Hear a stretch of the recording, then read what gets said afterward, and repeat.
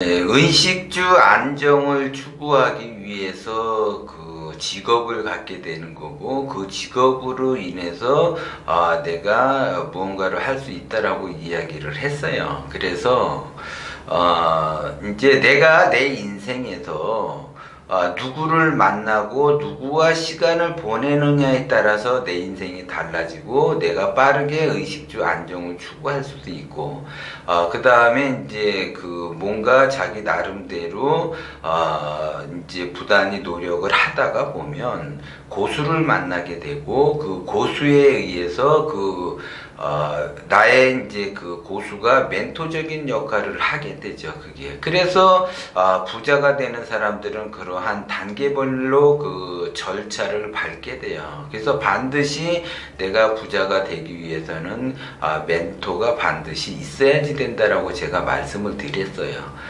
그런데 이렇게 자기 나름대로 스스로 부단히 이제 노력을 하다가 보면 고수를 만나게 되고 멘토를 만나게 된다는 거죠.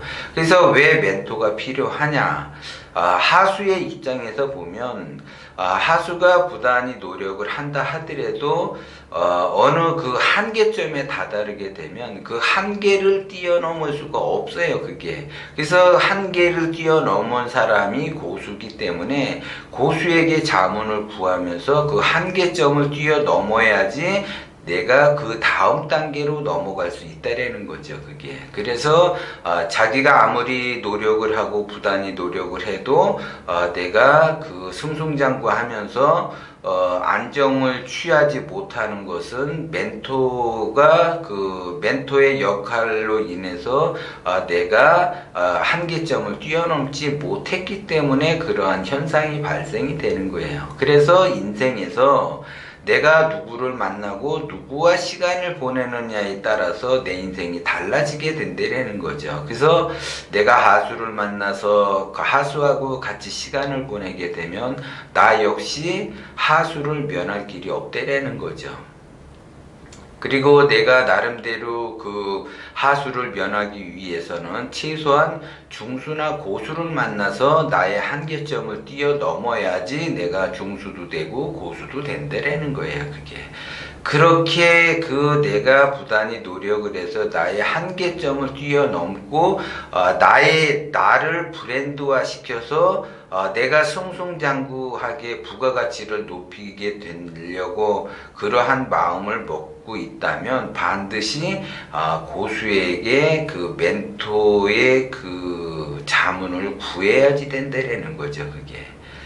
그래서 이제 거꾸로 이제 생각을 하게 되면 모든 사람은 직업을 선택을 해서 그 의식주 안정에 이제 목표를 두면서 부단히 노력을 하는데 부자가 되기는 힘들다라고 얘기를 했어요. 그래서 부자가 되는 그 시스템에서는 반드시 부동산이라는 거에 그 투자를 해야지 되는데, 부동산의 입장에서 보면 부동산도 동기감흥을 한다라는 거죠. 그래서 그 부동산 입장에서 그 부동산도 그 누구를 만나느냐에 따라서 부동산의 가치가 달라진다라는 거예요. 그게 상가든 건물이든 아파트든 연립이든 무엇이든지 간에 그것이 누구를 만나느냐에 따라서 부동산의 가치가 달라진다라는 거죠. 그게. 그래서 이제 그 예를 들어 몇 년 전에 제가 그분도 이제 컨설팅을 해드렸는데, 5층짜리 이제 건물을 이제 경매로 받아서 컨설팅을 해드렸어요. 근데 그 당시에 5층짜리 건물에서 그 월세가 1,200만 원 정도 나왔었는데, 그 가치가 굉장히 떨어진 상태였었어요. 그게. 그런데 이제 그 부가가치를 높이기 위해서 이제 1층부터 5층까지 어떤 업종 어떻게 내가 활용하느냐에 따라서 그 수익률이 달라지기 때문에 그 효율을 극대화시켜서 이제 임대인 그 입장에서 임차인을 잘 선정을 해서 개발을 하게 됐는데, 업종을 개발해서 이제 임대를 놓게 됐어요. 그래서 그 당시에는 1,200만 원밖에 안 되던 그 임대료가 3천만 원 가까이 그 임대료 수익을 올리게 되겠죠. 그게. 그래서 1,000만 원, 1,200만 원 정도 그 임대료가 들어올 때는 그 부동산의 가치는 6%만 따져도 24억 정도밖에 안 되지만 3천만 원이 들어왔을 때에는 그 부동산의 가치가 60억으로 껑충 뛰어 오른다라는 거죠. 그래서 그 부동산 입장에서 보면 누구를 만나느냐에 따라서 부동산의 가치도 달라진다라는 거예요. 그게. 그리고 똑같은 아파트라도 그 똑같은 아파트에서도 가격 차이가 난다라는 거죠. 그 똑같은 아파트 단지 내에서도 가격 차이가 난다는 거죠. 그것이 누구를 만나서 그 부동산의 가치를 어떻게 높일 것이냐에 따라서 가격이 달라진다는 거죠. 그래서 부동산의 입장에서 보면 똑같은 땅에서 똑같은 건물을 지어 놓고도 어떤 사람은 효율이 떨어지고 어떤 사람은 효율이 높다라는 거죠. 그것이 이제 부동산의 가치와 효율을 그 부동산 입장에서 보면 어떤 사람을 만나느냐에 따라서 그 부동산의 가치가 높아지기 때문에 부동산의 입장에서 보면 이왕이면 자신의 가치를 높여줄 사람을 만나고 싶어 하죠.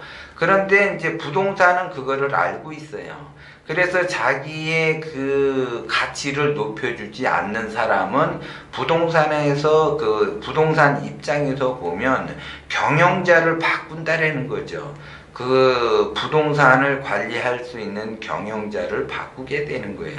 결국 부동산의 주인을 바꾸게 된다라는 거죠. 대부분 사람들이 자기가 부단히 노력해서 돈을 벌어서 부동산을 사게 돼요. 그러면 그 부동산이 자기 것이라고 이야기를 해요.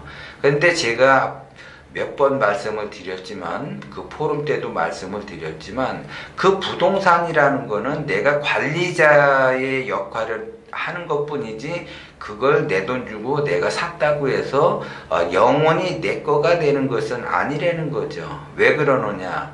그 부동산의 가치를 높여주지 않게 되면 그 부동산의 입장에서 보면은 그 관리인을 바꾸게 된다라는 거죠. 나는 관리인에 불과해요. 내가 내 돈 주고 부동산을 산다고 하더라도 관리인으로 내가 부동산의 입장에서 보면 내가 채용이 되는 것 뿐이에요. 그런데 그 가치가 높여지지 않게 되면 그 부동산의 입장에서 보면 관리인을 바꾸게 돼요. 주인을 바꾸게 되죠. 그래서 경매로 넘어간다든지 아니면 급매로 넘어간다든지 이러한 형국이 발생이 되죠. 그래서 그 넘어가게끔 그 부동산 입장에서 그 경영자, 관리인을 지속적으로 고통을 주게 된다고요. 그래서 어쩔 수 없이 그 사람은 고통을 당하면서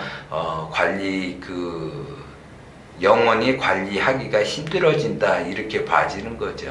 그래서 부동산 입장에서 부동산의 가치를 효율적으로 운영하지 못하게 되면 결국 경영자가 바뀌고 관리자가 바뀐다라는 사실을 여러분들이 명심을 하시고 내가 부동산을 가지고 있다고 한다면 내가 그 부동산으로 인해서 힘들어진다. 지금 힘들게 살아가고 있다라고 하면 내가 그 효율을 극대화시키지 못했기 때문에 내가 고통을 받는다라고 생각을 하셔야지 돼요. 그래서 빨리 효율을 극대화시킬 수 있는 방법을 찾으셔가지고 효율을 극대화시키도록 노력을 하시게 되면 그 고통에서 벗어날 수 있다라는 이 점을 명심을 하시고 내가 어떻게 하면 그 부동산의 가치를 높일 수 있을 것인가에 대해서 부단히 연구하고 노력하고 연구하고 그렇게 해야만이 내가 지속적으로 관리를 할 수가 있다 이렇게 봐지는 거예요.